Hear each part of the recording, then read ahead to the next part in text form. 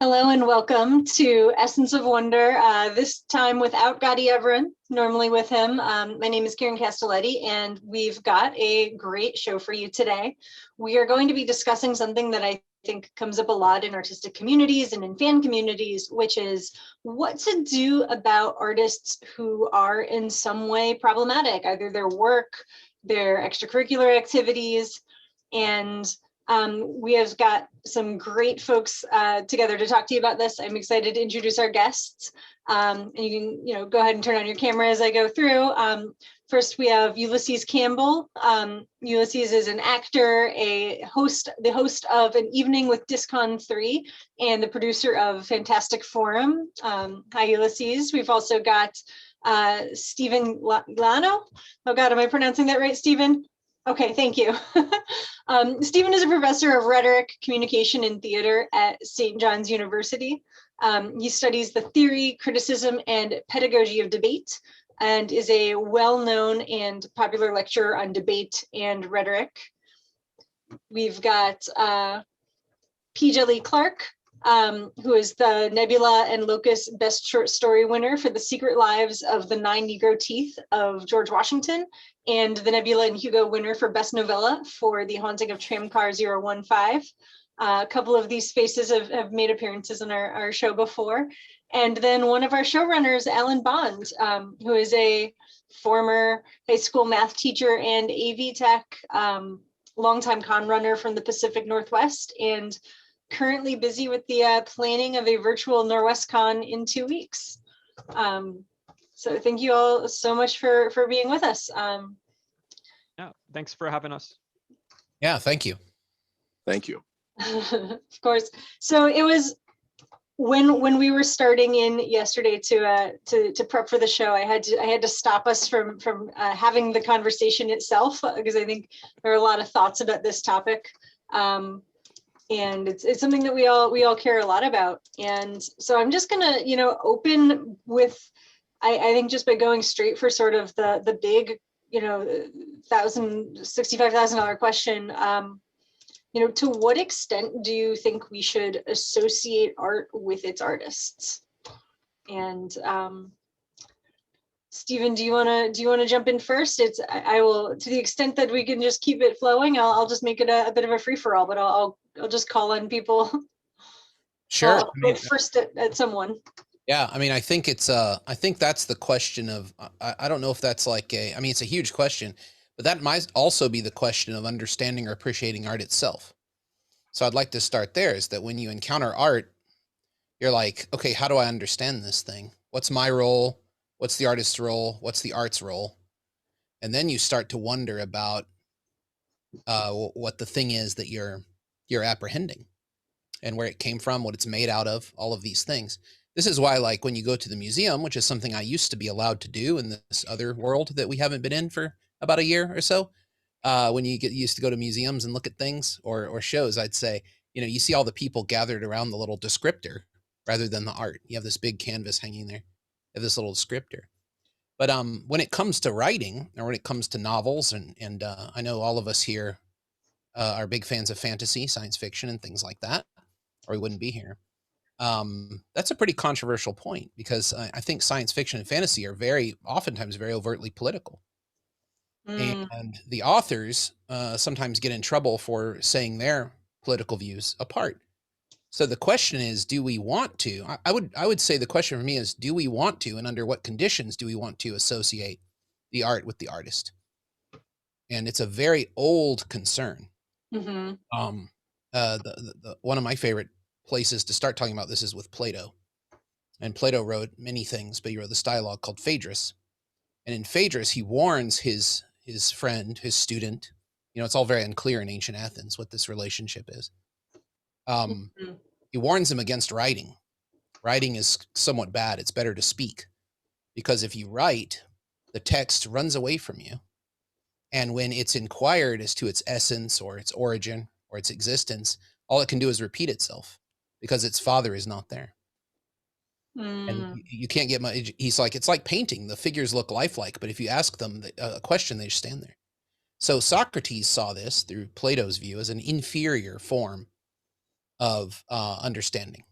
was painting and writing, because it can't explain itself. It gets into the hands of people who don't deserve to see it and don't deserve to encounter it. And so this, I mean, the first, that's something to think about and chew on a bit. But the first thing is to realize what an ancient concern this is. Like how back this concern goes. It's an ancient concern. There's also, it brings up sort of the question of, the context in which different art is created versus the context in which we're viewing it now. Djèlí, are there any examples of this that you've been thinking about lately or had on your mind? Well, I mean, not so much that, but I think I'm gonna try to tackle maybe your first question a bit more. Maybe go for it, please. Later, but yeah, I think what Stephen's saying is spot on in that sense. This is a complicated question, and it's often like each case is often very different than the other. There's no general case. When you talk about, can we separate the author can we separate the artist from the art? Sometimes we are facing problems because the artist has done something completely disassociated from the art itself, right? They've done something extracurricular. Yeah, we've come to find out they've done something, and even if we had smaller criticism, this is a big one, and now we're forced with almost this existential crisis. What do we do? And which is one of the reasons we're having this. And then there are other artists who the problem is in their art, right? And that's a little different.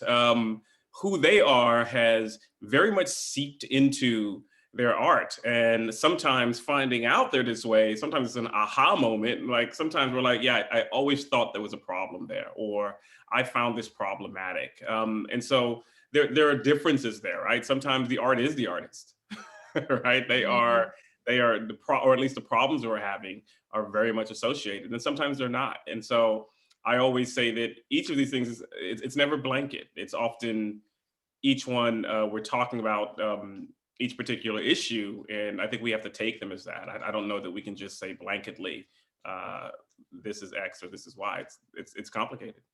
Right. Hey, Karen, may I jump in here for a moment? I was just going to ask you to. Thank you. Great minds think alike. I love it. Oh, it's getting scary. Well, one of the things that occurs to me, just listening to what's been said already, is the question of what it is that the reader consumer finds objectionable about the work or about the artist. And I think that's really important, because are we talking about the artist's philosophy? Are we talking about, again, the subject matter? Or are we talking about their personal behavior? Because, you can add a bunch of work that isn't necessarily objectionable by the subject, if there's something that the artist themselves happens to do. I mean, not to cast aspersions, but yeah, I was at a convention a number of years ago with Isaac Asimov, and I'm watching this guy hitting on these teenage girls, and I'm thinking, oh my God, this is Isaac Asimov, and he's a lech.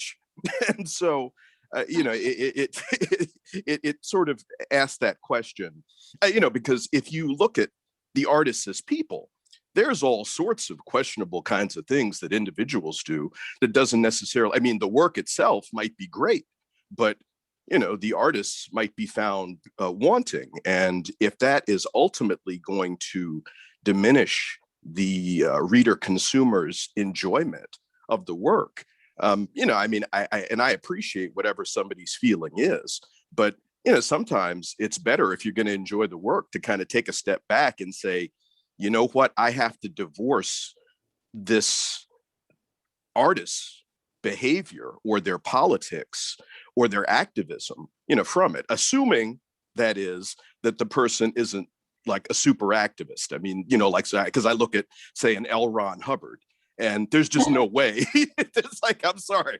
Scientology and all the various ways that the tendrils of that have seeped into the broader society.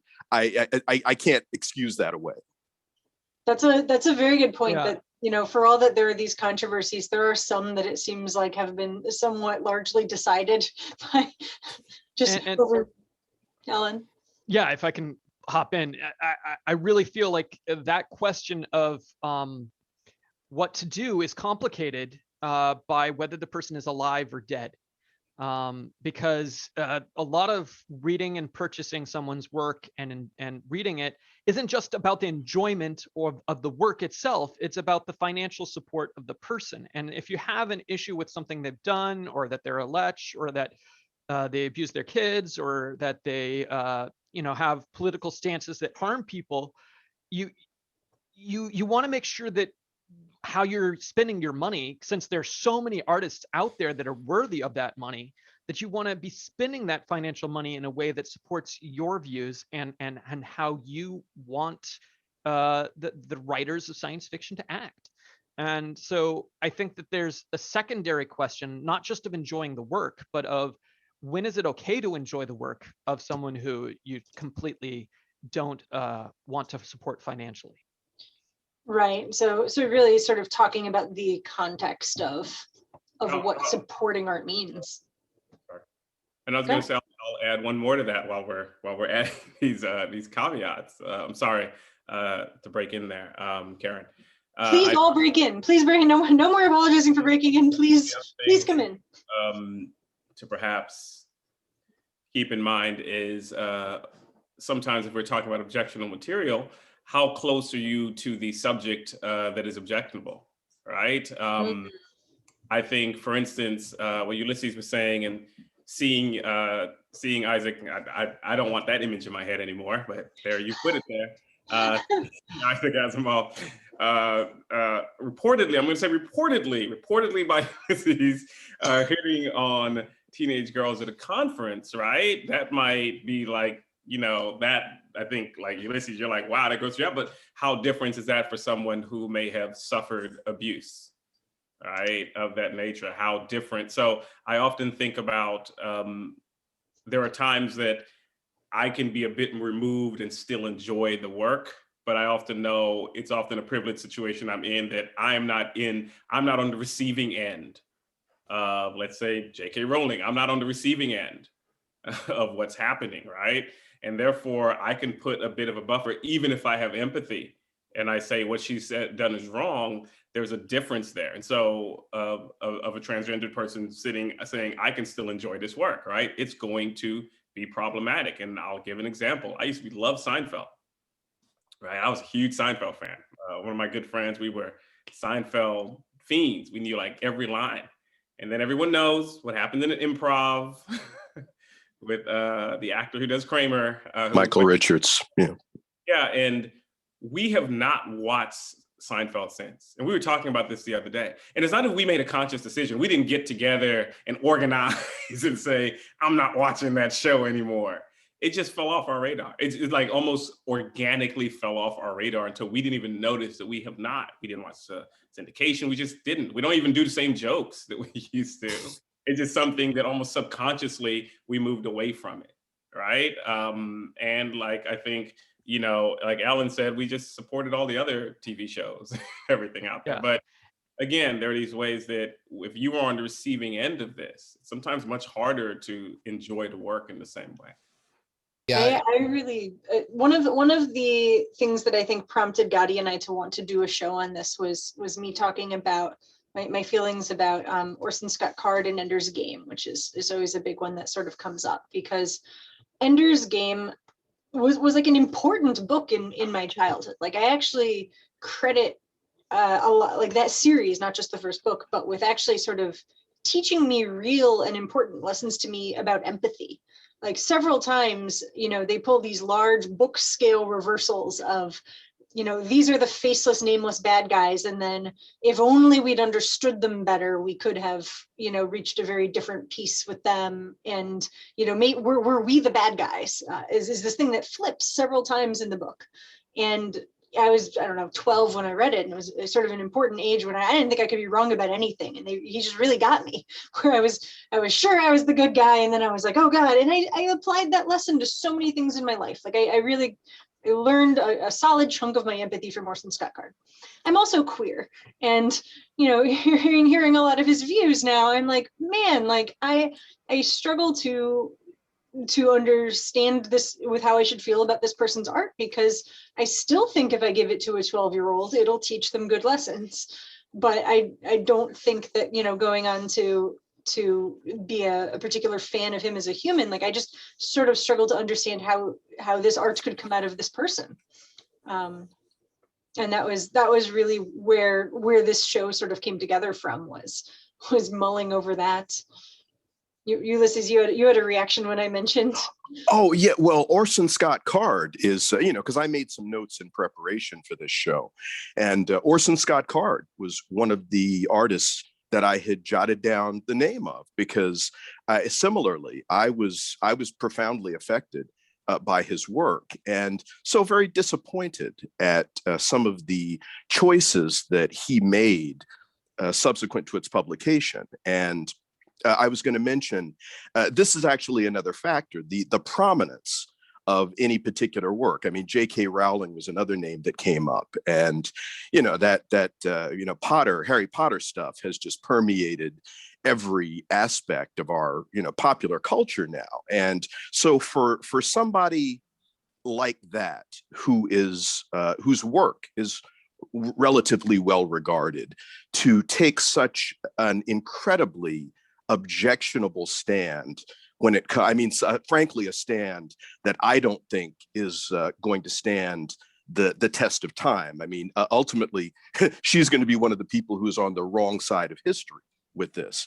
And so, you know, Seinfeld too. I mean, that was just, hey, it was so popular. So I think that the relative prominence of any particular work is also a big factor in how we react to how objectionable the artists who are creating this is. Mm-hmm. Yeah, I know I still have tons of Orson Scott Card books on my shelves. I haven't touched them in years. And like, I know with J.K. Rowling, like even I stopped using Harry Potter themed apps because I just wasn't getting any enjoyment out of them, knowing what I knew about J.K. Rowling's political stance. Even if I knew that app was not financially impacting her at all, just my enjoyment of the world was gone.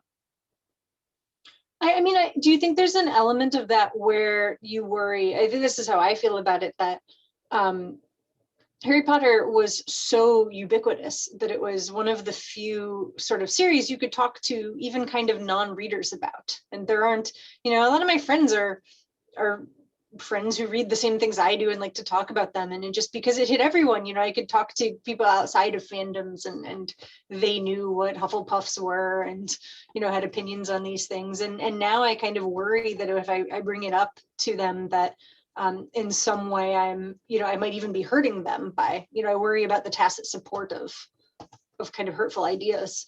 And so it's just not as much fun anymore. Yeah. Yeah, sometimes we just don't have a lot of agency over how a work hits us or how it hits people in our lives. Like with what Ulysses said about Asimov, I had a moment in the show that I have sometimes, which is that moment of like, man, I wish I didn't know that.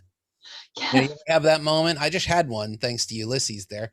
I didn't know that about Asimov, but I didn't either. But that's also my privilege in that moment, isn't it? I'm not a victim of assault or traumatized anyway. So maybe it's a scale of I wish I didn't know that to re-traumatizing someone. And so we have to be quite sensitive about how we work with these literatures. I also wanted to say something else about that, about Card's ubiquitous influence and about Rowling's ubiquitous influence. In oral societies or pre-literate societies, you have the figure, and this is my favorite D&D class, by the way, as well, the figure of the bard. And the idea of an author as having some kind of transmissive or parental relationship with a text is very much a post-Enlightenment idea. In pre-Enlightenment, pre-literate societies, the bard is merely the conduit of the tale. And the tale may not have an author. The tale exists. The tale is ubiquitous, and it writes itself. So some theories of language would indicate that language functions just fine without us.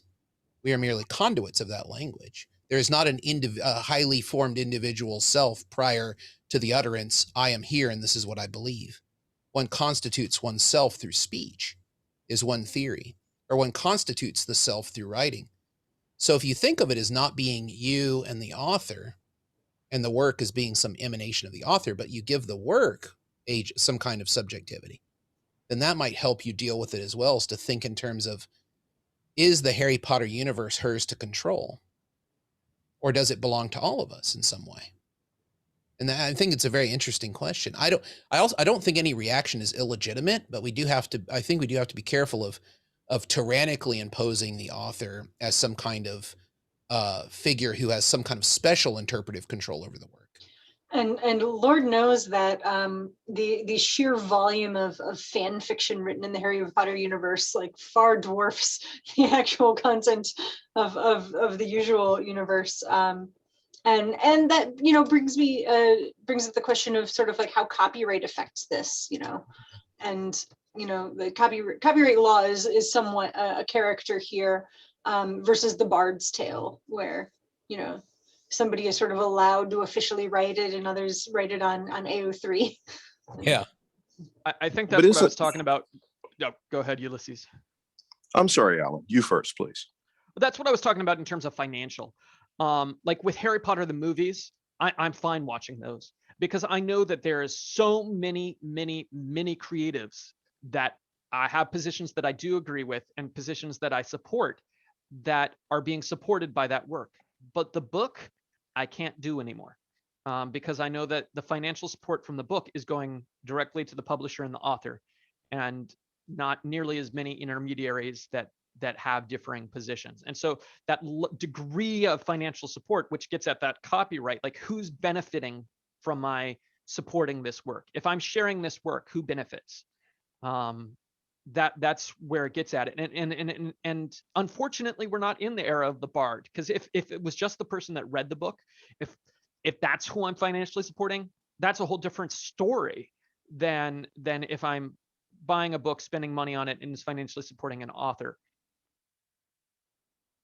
Well, what I was going to say was that I think there is something noteworthy about the inspirational nature of a lot of the fiction that touches us. And you know, what Karen was saying about the copyright issues, you know, that's very relevant, because ultimately, in these more prominent works, the work itself outlives the author. And you know, if it has been received warmly and broadly enough, then it's something that lives on. And you do have other artists that ultimately pick up the work and will continue it. The fans themselves, as it's been pointed out, you know, will also pick up the work.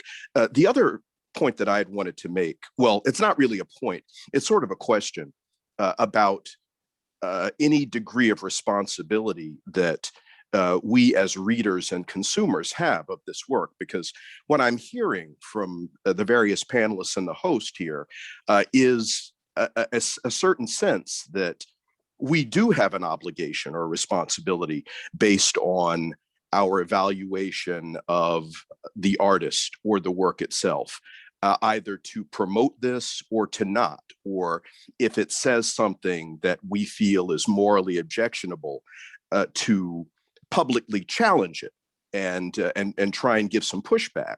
And that's something that I think a lot of fans tend to wrestle with, because there is an innate love of some of this stuff. And, you know, so when you're exposed to something that the artist has done that you find objectionable, or they take some, you know, public stand with which you don't agree, that instantly translates to the work. And maybe from what Alan was saying, yeah, if there is a direct financial benefit to this person, yeah, I think you got to look at that. But you know, you look at, say, I don't know, an Ayn Rand, you know, and it's like, okay, you know, some of the stuff is, it's not directly financially benefiting her anymore because she's dead. But, you know, some of the stuff is versus her philosophy and the way that people have built on that. It's well, like I said, there's no question there. It's just an observation. I'm sorry. I actually wanted to kind of bring Djèlí into this, and maybe float the idea of talking about the Xanth series a little bit. You're gonna make me talk about Piers Anthony. I I am because I wanted to, but I know I can get you to do it. Oh, because of the thing that I was reading when I was younger. I just want to say this. I just want to make sure I want to say this because often, you know, we use all these terms, like we talk about people's politics, or what's the word now that feels like the 90s again, the culture wars, or these kinds of things that we talk about, objectionable things that we find objectionable. And I'm thinking of, like, you know, I was going back and familiarizing myself with some of Orson Scott Card's ideologies, and then looking at his defense and him saying, you know, well, I'm a conservative. And, you know, and I just want to make sure people understand that one of the reasons we're having this conversation, we're not disagreeing with people because of some policy disagreement, right? Like, people's problem isn't with Orson Scott Card, isn't that like what his thoughts are on the corporate tax rate. Right? That's not it. One of the reasons we have these problems, one of the reasons I think Ulysses has pointed out why we look at these things and how it makes us feel morally, or Alan pointed out, you know, how do we deal with these things, is that we're talking often about people taking positions that brings harm to other people, like Karen said, right? That brings harm often to marginalized people who are already harmed by society, right? So with J.K. Rowling, I think one of the reasons people found what she said, and it wasn't even a one-off, like there were many times there, it was like, yeah, you can fix this and square that. Nope, just gonna keep going, huh? Gonna make it worse, is that, right? Like, transgender people are being killed. Like, Black and brown transgendered women are killed, like, at phenomenal rates. This is life and death for people. And so when we see someone taking these stances, I think it does bring us into this moral realm, like how do we support these artists? And this is where we find ourselves confronting these questions. So I just want to make sure we get that out there, because, you know, this will go out into the world and people will say, oh, they didn't like, you know, conservative policies. And again, I'm not talking about how to fund schools in Oregon, right? We're not here talking about that. We're talking often about very things that are harmful to people's lived identities, things that are harmful to the way that people live as human beings, right? Or sometimes criminal actions, as we can talk about some other, if you want to talk about some other persons. But, you know, I would say, like, J.K. Rowling, like, I'm sorry, just to say with Piers Anthony, I don't really have much to say. Is, you know, he was a person that I think I read when I was like 12. Right. And so I think at that time I didn't catch much of the creepy parts. Right. And so, but there are ways that, of course, that I probably had stopped reading him when I was around 12 or 13. I don't think I ever picked up another book by Piers Anthony and the Xanth series past that. And so it wasn't until I can't remember what few years ago people went back through it and they were like, wow, this is really problematic for a grown man to be talking about. This has a creepy factor. Then it, like, jogged my memory, and I was like, oh yeah, now that I think about who was writing it and his age, there's a lot of creepy things in there. Then he wrote back to clarify himself, and it got creepier. Anybody's ever read what he wrote back, right? He was saying things that I did not want in my head at all. And so I think when you're dealing with something like that, I think I want to say this, because I am not a person who goes back and reads the Xanth novels, because even if at one point it was something I read, it was not like this great piece of literature that has sparked my imagination. I do have the ability to say, like, okay, I won't read another Xanth novel. And yeah, it doesn't make any difference to me. I haven't picked it up since I was 12. Who cares? Right. And I'll say this, I have the ability to say this even for someone like Orson Scott Card. I did not read Ender's Game when I was a kid. Right. For some reason, it kept coming my way, and I was like, I'm just not interested. Right. I'll go read some Danny Dunn. I'm gonna read some Madeline Engel or so. I said Danny Dunn for people who in the know who remember. I'm gonna read some Wind in the Door or something. And so I didn't read it until I was an adult. Finally, somebody pushed it to me and I read it. And I was like, oh, but of course I read it as an adult. And so it didn't have that same feel. It didn't have that same nostalgia. And so for me, having to not support Orson Scott Card or having to read his book is like no big deal to me. And I guess I'm putting this out here almost as a question and a comment to people, that a lot of times what people are dealing with is nostalgia, things that may sometimes have less to do with the work than a way it made them feel when they were younger, or as you said, Karen, a way that inspired them in some ways. And of course, the book, it just didn't inspire me that way because I read it like when I was 30 something. Right. I was like, oh, that was interesting. I see why it was interesting. And that was like my biggest deal with it. And so it's easy for me to give up Orson Scott Card because I never had him to begin with. Right. And so I suppose I want to talk about that in a sense and complicate it. Like sometimes it's easy for us to like say, yeah, that thing right there, I won't support because it doesn't mean anything to us. It's a lot harder when it's something close to home, right? When it's something we really, really like, then it's like, this is gonna be a problem here. Then we gotta kind of get quiet on Twitter. We don't have as much to say, right? Because we have to go home and deal with it. And I just wanted to bring that up. Well, that's often where you get the reactions where people are like defending the person because of their emotional connection to the work as opposed to the person themselves. You see that a lot with J.K. Rowling right now, but it happened with Orson Scott Card. Another example is Marion Zimmer Bradley. So many people were just really, really, really invested in the work of Marion Zimmer Bradley. And when that controversy about her husband and their kids and her facilitating the abuse came out, that really hurt a lot of women and readers of her work that really identified. And then when you go back and reread that work, you can see the signs throughout. And it's like, how can we, so you get that instinct of defending the work over the artist when it really is important to you. I would say something that Gotti brought up the other day was that Orson Scott Card's sales throughout him being, kind of canceled and having a general backlash have continued to increase.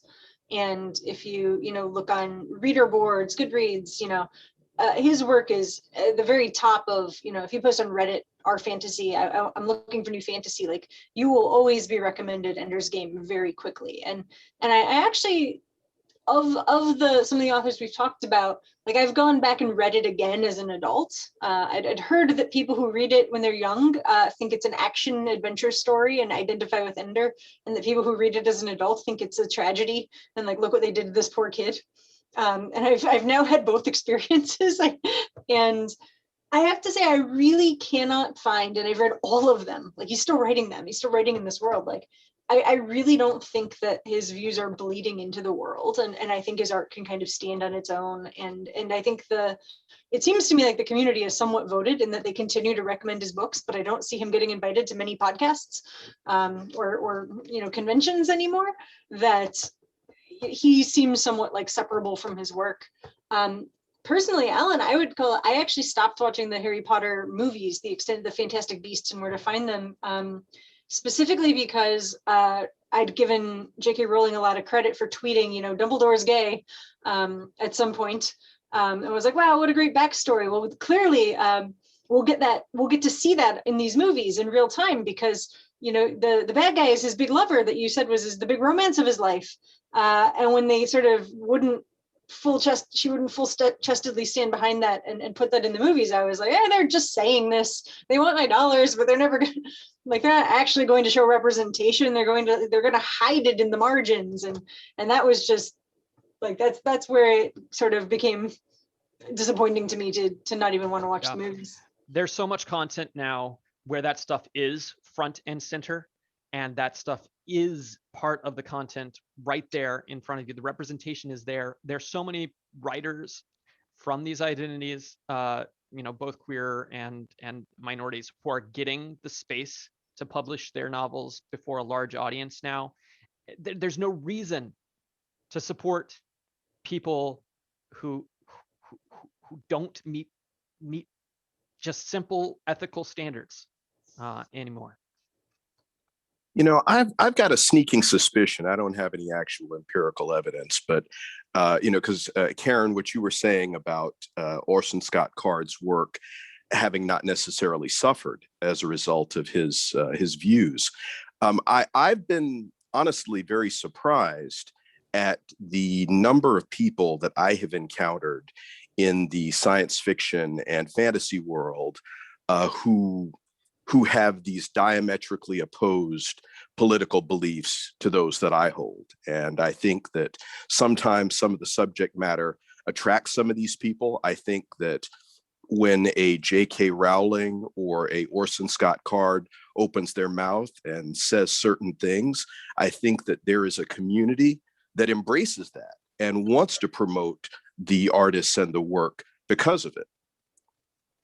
I want to second that, definitely. I'm a firm believer of that, and that is why I'll keep on saying cancer culture isn't real. And everybody who's canceled still seems to be doing fine. I completely agree with that. None of them in the poorhouse, last I checked. And so, yeah, I think it's just evidence of that, and I fully agree, Ulysses. I absolutely agree that there is a contingent of people who will support them because of those comments. They may actually not even like the work as much. And to the extent that cancel culture for the things that we object to, we're there for the objectionable material. That's what we came for. To the extent that cancel culture is real, I don't see it as any sort of punching downward. I see it as a punching back upward. It's the victims are not the people being. I haven't yet seen somebody get canceled and been like, that person is the victim.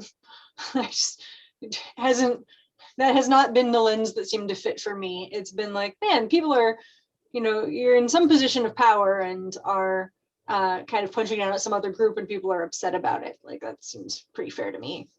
I would imagine on a regular basis, people who are canceled, and I put that in quotes because oftentimes canceling is someone on the right wing complaining that people are complaining. And I think that it boosts sales. I think it actually improves their standings as opposed to for sales within groups. And so I don't think it's actually hurting them. I think that it's a PR machine that's been created by trolls on the internet to support their favorites. Yeah, cancel culture, from my point of view, is this really amazing irony, because people will cancel someone as an argument to say no interpretation of this person is legitimate at all because of how horrible they are. Yet everyone races to the work to go and get the interpretation out of it in order to support the argument that they should no longer ever be interpreted or spoke of again. So you have this really kind of hilarious, like, anytime human beings try to get away with avoiding our responsibility for interpretation and meaning, it's always comes back in a hidden, smuggled back in some other form, right? So one of the best things, if I was a suit in a publishing house, I would want my authors to be canceled, because you look at that spreadsheet and it's just like, oh, this is like, we could have the best PR department in the world and not generate these numbers. No publicity is bad publicity.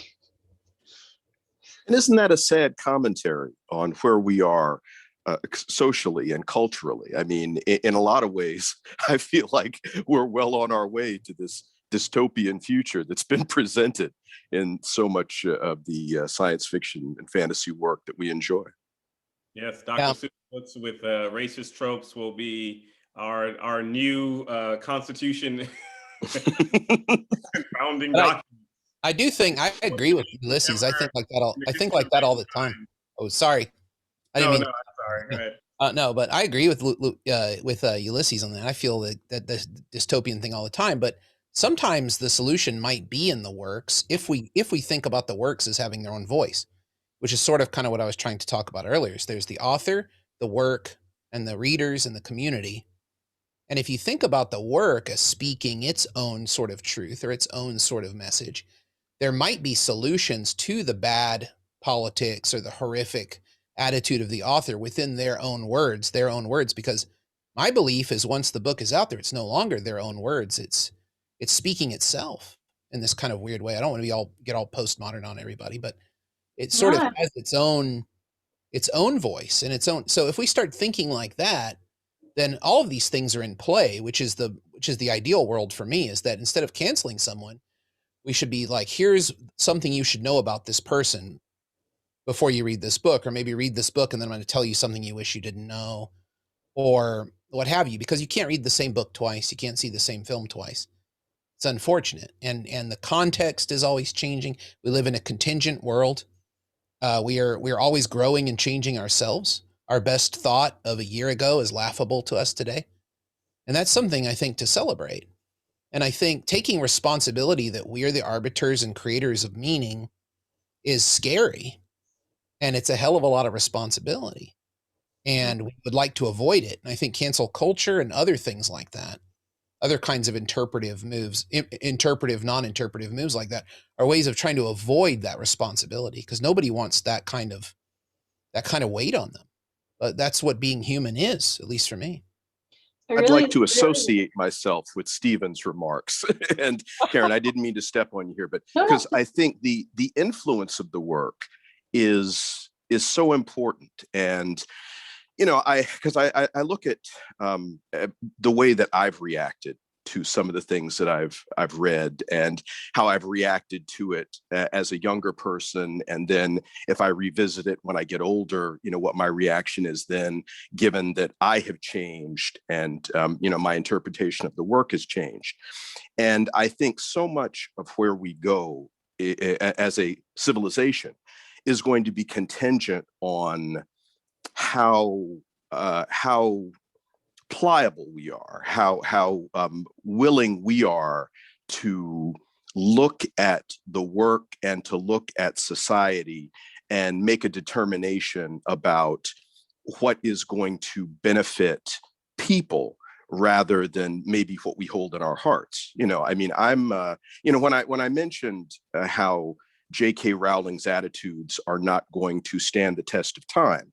I'm in my late 50s, and I am, like all of us, a product of my environment and the way that I was raised. And I have noted so many good, positive changes as I have gotten older, and how much more accepting a lot of people have become.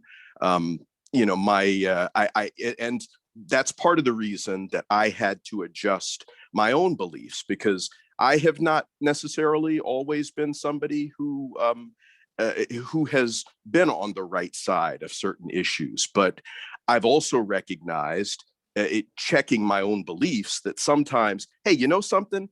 That was wrong, or that was short-sighted. And you need to change the way that you feel and the way that you look, so you're not dragging some of these outmoded notions into the future. And I wish that, and this is what a lot of the work, true science fiction, good science fiction, speaks to. And we need to be able to internalize that, rather than, sort of jump on the bandwagon, with some of this stuff, and, try and extend out ways of living that are just unsustainable. That's really well said. That's great. I love that.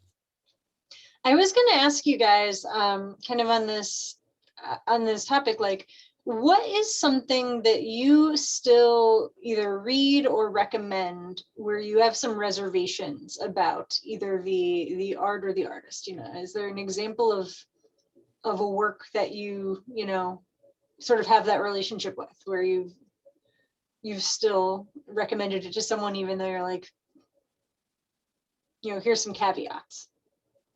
Oh, I wish you had thrown that out before the show started. I'm going to be burning some wood in here. Time to think. Yeah, I'm trying to think about that, and I'm like, oh gosh. I'm an academic, so if you'd like to borrow one, I can loan you one. What is it? Tell us. Oh, there's so many. I mean, there's so many, in not necessarily in science fiction or fantasy, but in academia, there's tons of people who've done some really horrific things. Like in philosophy of language, there's nobody more controversial in this point than Martin Heidegger, who was the official state philosopher of Nazi Germany, but people still use his language theory every single day. And if you go to any university library and you go to the philosophy section, you look up Heidegger, most of the books will be titled something like Heidegger and Fascism, Heidegger and the Nazis. So people are working with him all the time, and they have defenses of that. But there's no shortage of the need for defenses of that. It still bugs people. That's probably the biggest one I can think of. I'm not a Heideggerian. I don't really use Heidegger, but he haunts us. That haunts everybody. And there's so many. I mean, just pick up you can pick up any, Chronicle of Higher Education or any higher ed magazine and find scholars and academics behaving extremely poorly and extremely offensively and almost criminal all the time. Yale literature professor Bloom passed away recently, and out came all the horrific stories of almost out and out assault. Just Yeah, reminds me of like there's medical texts that were absolutely come to through horrifying means, that knowledge that nevertheless is correct and medically useful to have. Yeah, I will say I it's going to be no surprise to anybody that I would say this, but I think that keeping that dialogue or debate or discussion, whatever you want to call it, alive is the best way to advance the arguments of why that work is inappropriate. Not to silence people on that, say, don't ever look at it, don't ever read it because this person is bad or has behaved badly. I believe that keeping that dialogue alive. Now, that's also on that sliding scale of like, check your privilege. Like it's much easier to talk about something that doesn't directly stab you in the heart. So that has to be dealt with that way too, because a friendly discussion can easily re-traumatize somebody in a very serious way for their mental health, and you have to be very cautious about that. So with that in mind, you can maybe try to advance a conversation about this stuff. Would be my preference. Yeah, Djèlí, I saw you react to that question. Did you have one you were thinking of? I hadn't even thought of the academic side as a historian. I mean, of course, I can find a lot of people along the history link, but it's a bit different for me because as a historian, I have to bring somebody up in historiography. They've done X, Y, and Z, and sure, everybody knows that they've done also all of these terrible things. And I think it may be a little different for me in science fiction and fantasy because I'm dealing with spaceships and dragons. And even if they're really serious, this is my spaceships and dragons shirt. Even if there are really serious issues being brought up. And I think, look, in speculative fiction, I mean, of course I can, as a young Black kid growing up, I mean, how many times did I read something that made me cringe, right? Whether they were dark elves or or reading my favorite Tolkien, right? And finding all sorts of things in there. So it's like, it's endless. And I mean, for a long time, to be quite honest, I just accepted it. It was just there. It was just part of the landscape. It was just like me growing up in the South, that there are Confederate monuments everywhere. And I just did that every day. It was like me as a kid watching cartoons. And of course, Droopy or somebody, his face was going to explode. It was going to be blackface. And he was going to be a blackface caricature. Those things were on TV until the 1990s or early 2000s before they pulled them. So, it's kind of like I've grown up around that stuff my entire life, right? Whether it's in speculative fiction or just in the larger society. And I think we are, however, at this point where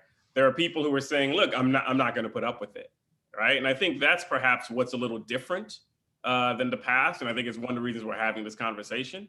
I think there are ways that I would have read certain things and just been like, okay, yeah, that was there. That didn't like that so much. I'm just going to keep going. And I think we are at a point today, I think social media helps it and other things where, as you point out, people can punch up and people can come together and say, hey, I don't like this. And I think this needs to change. And I think that's one of the reasons we're having this. The old complacency, where I would just read it and just keep going, or just like, I had a friend and I, we would just joke. Like, we'd like, did you read that thing? Or you saw that cartoon? Ha ha. Like my good friend, it was just a joke. We were just two Black kids joking about it. And now today, however, there are Black kids who were, who are the age now I was back then, who are like, no, that's not okay. I'm going to speak out about this. I think something should be done about this. And I think that's one of the reasons we're having this conversation. At the end of the day, I mean, this isn't kind of what you asked, but I think how we approach all of these things to get into the larger questions of what we're going to here are so arbitrary. Right. And I think, both Ulysses and Stephen pointed this out, right? That, how you decide to approach something often has to do with how much you can take and how much you can stomach. And so if we, like, nobody's brought up the great Lovecraft, if right? Someone like Lovecraft, who is all of it, everything bound up in one, right? All of the problems you can think of, the man, the work, it's all there, right? There are people who, I remember I wrote like a critique of Lovecraft, and I wasn't asking for him to be canceled or censored or what have you, though you would think the people reacting that I had. I just said, hey, look, these are some terrible things he said. It was interesting to see people get really upset by me just saying that he said these things or interpreting his work through this lens. They got extremely upset. Quoting the man. Pardon?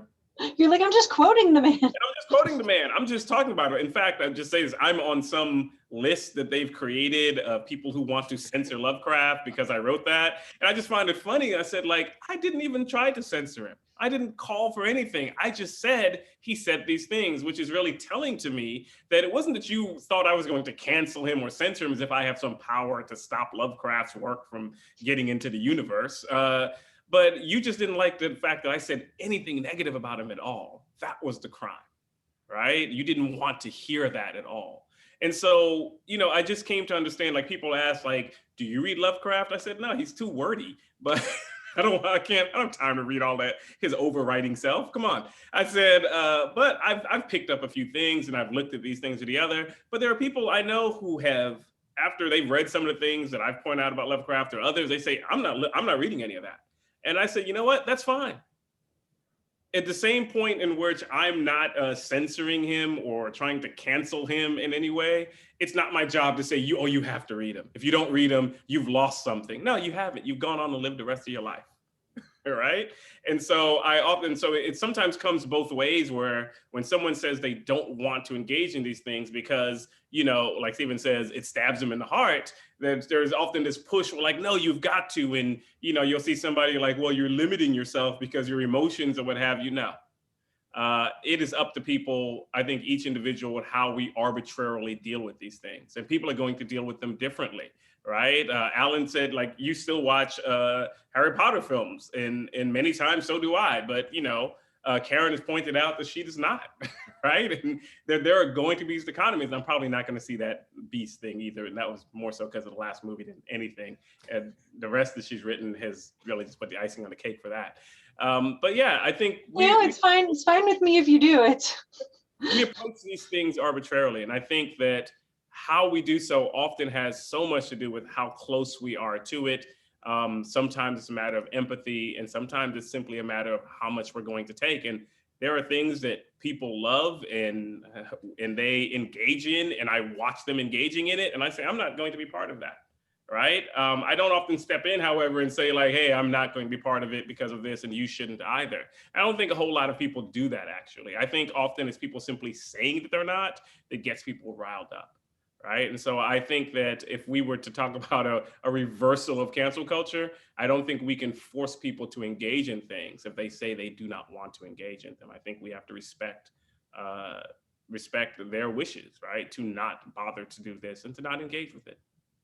Absolutely. This leads me really nicely. I wanted to talk about we were talking a lot about, it's problematic artists, but like, what are the, who are the victims here? Like, if they're, what are the ways in which, making these choices or not making these choices can cause harm? Is there an element of, focusing on these creators, inherently pushes out other sorts of people and work?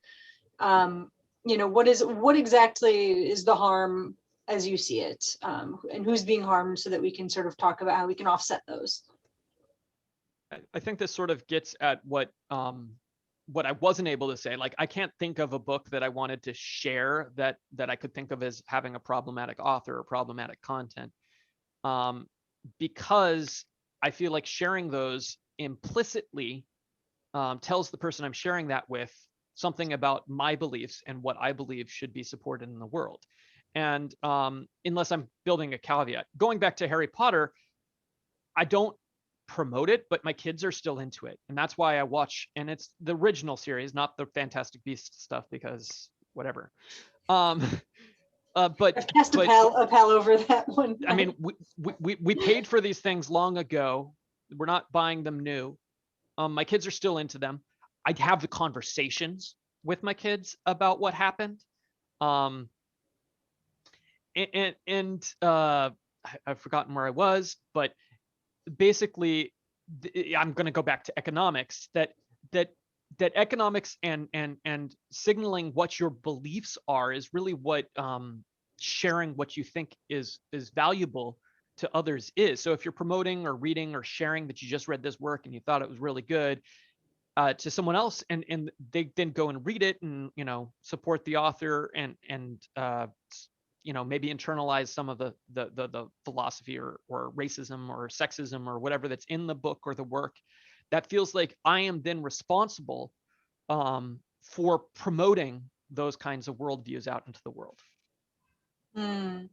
Yeah, I might take a stab at this and see if I can answer it. I would say, I think that when people advocate, they miss the most important part of advocating for something they think is good or they love, and that's listening and taking your interlocutor seriously. And so when you're advocating for a work that you think is good and transformative and positive in the world, an artistic work or something, you need to listen when somebody brings up these political concerns and take them extremely seriously and not take them as outside of the frame of whether or not the work is good, which is usually we're very defensive about things we love. Research study after research study says that if you're presented with evidence from a source you trust that goes against your political beliefs, you will still fight it 9 times out of 10. There's tons of experiments out there like that. So we have, just practice listening and take it seriously when somebody says, hey, you're pushing this work on me, makes me think that you're not taking seriously their political views, and then have that conversation. And then stop if they don't want to hear it or they don't, just stop. It's not hard. Stop. You're not going to win them. You're not going to win. Yeah. Sorry, Karen, let me just piggyback on that, because, and it's not just what Stephen said, but what Djèlí said a little while ago also. And I was thinking, because I've been taking some notes here, and listening is so important. There is a certain arbitrary nature about the way that people react, especially to criticism of work that they like. And I was going to say that that's why it's so important that we be informed reader consumers of whatever the product is, because I really feel, and I don't mean to sound like a snob here with this, but I feel like a lot of people just simply don't have the intellectual capacity to understand criticism. It's like, Djèlí was saying, he made some statements about Lovecraft and people read into it, oh, you're trying to cancel Lovecraft. No, you got to listen. You have to look at exactly what is being said and not extrapolate on somebody's comments and make certain assumptions about where they're going. And I just feel like people's knee-jerk reaction is to fill in the blanks of anything they don't understand with pieces of themselves. And it's just kind of unfortunate pieces of themselves with which they're filling in these blanks. Mm-hmm. And all that could be eliminated simply by listening to what is being said. Yeah, and we don't, it's not necessarily intellectual capacity. We don't teach this. We teach people, these are the facts, learn them, regurgitate them on a test. We don't teach people how to handle contingent interpretation. We don't teach that. That's a Speaking great of point. Interpretations, Harry in the chat here is saying that they feel that recent adaptations of Lovecraft work have almost retaken his work away from the author and his associations. Does this redeem the work in some way? Yeah, I wouldn't say it redeems his work. I think if anything, it puts it all out there. And I think, and that's what I think is some of the genius that we haven't really gotten to talk about is for some of these, I think it's interesting for people like Lovecraft and this Lovecraft country. Ruffin is not the first person to have done this, but to actually go back and say, you know what, I like tentacles and I like otherworldly tentacles, but I don't like all the other stuff. But I'm going to take those tentacles and I'm going to do something completely different with it. Right. And in some ways, this is almost like it's almost a jab at Lovecraft, right? Jacking his stuff and then doing what I want with it. And so I don't know if it so much redeems his work. Certainly it's going to put his work out there for people who may not have seen it before. But I think something like Lovecraft Country, right, it kind of just goes at the heart of some of the problems in his work and the problems with him as a person, as a human being. And I think it exposes it in a way that is refreshing. And I think that's another point to bring up with some of these things. I think, and Karen had brought it up with fan fiction and so forth. And I think this goes back to some things that Stephen was saying, that people create these worlds and then it's out there. All right. I'm kind of partial to that ideology that when you create something, it's gone, it's out there. Now people are going to do as they wish with it. And they might take it and recreate and create something completely different from what you intended on purpose. right? And I think that's great. Yeah, I think my definition of art has always been that it's something that once created, other people will see in it things that you didn't even necessarily intend to put in there. And it's sort of a sign that it's really taken on its own life. Art provokes a reaction, and it's not always precisely, it's a bit more than the sum of the parts of what the creator even necessarily thought of it as. And that in that sense, it really has a separate feeling life from the creator. And that jives very well with me. That frame. I actually would, my take on like Lovecraft Country is actually that in some sense it sort of adds to and it makes the Lovecraftian mythology a little bit richer in that there's more to say about it. There's another take on it, and it's not all coming from Lovecraft, but I would say, I don't know if it redeems it, but it certainly adds to it in a way that I think makes it a more compelling whole.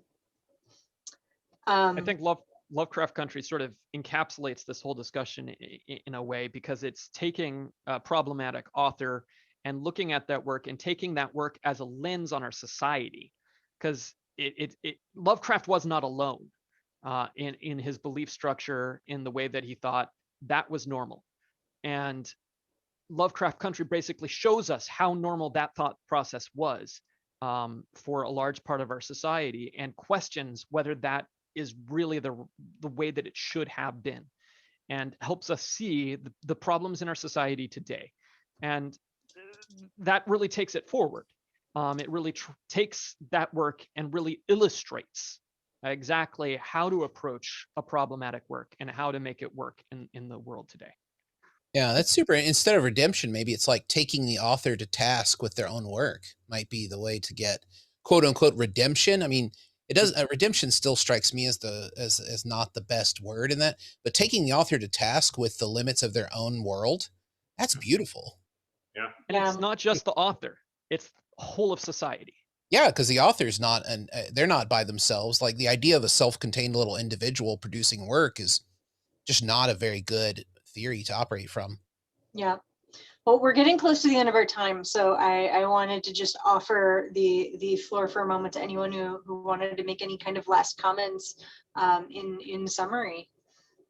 Well, not exactly in summary, Karen, but I do want to add on to what Stephen and Alan said in terms, particularly what Alan was saying, in terms of evaluating different work, especially the older work, based on the prevailing conditions at the time that it was written. I think that having at least a basic understanding of what the prevailing attitudes were at the time is just helpful in terms of being able to evaluate the overall work. And I would absolutely endorse that with anybody, especially picking up stuff that was written before like 1960. Yeah. Yep. And that being said, I'll put on the historian hat for a second to say, yes, I do agree with that. Someone like Lovecraft, however, I would say he was a bit extra even for his time. Right? He was a bit on the extra side even for his time. And I always, and it's something that I just always try to remember, is that when the writer who was writing during that time, or whatever prevailing notions, those on the receiving end were people of those times as well, right? They lived during those times just as well. So all of the victims, all of the people who were to be the victims of their commentary, they had to live through that. And so all of those people were people of their times, right? And so I do think, however, I agree with the sentiment. Of course, we have to place people within their context, but I just always say, let's place everyone who existed in that context, not always the perpetrators, who tend to be the people who we center on when we talk about, the men of their times or so forth. Yeah, and not all art survives its original context and becomes, a generational hand-me-down, and so we can also reevaluate it in our context as art survives out. Yes, art survives out. And again, taking everything, like Lovecraft is his own extra person. If I was talking about like Ray Bradbury, who I could also find issues with, very different form of issues. There's a person I would say at times was backwards, at times ahead of its times, right? And I'm just going to approach that very differently in my criticisms than I would a Lovecraft, right? And I guess that goes back to the very beginning, and like, I don't want to blanket and say everyone is like this, right? That all of these artists we're looking at the same way. I take each one individually. Absolutely. All right. Well, I think we'll call it there. Thank you guys so much for coming out and talking about this with us.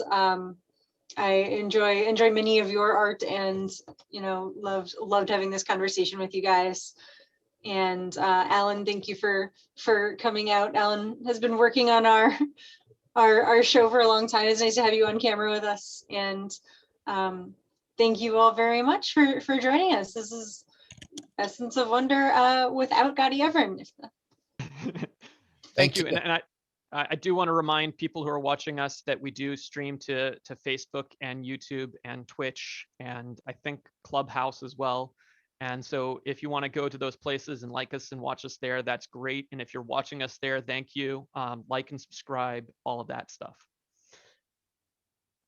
Yep. Thank you so much. Thank you. Thanks for having me. Friday. Thank you. Yeah.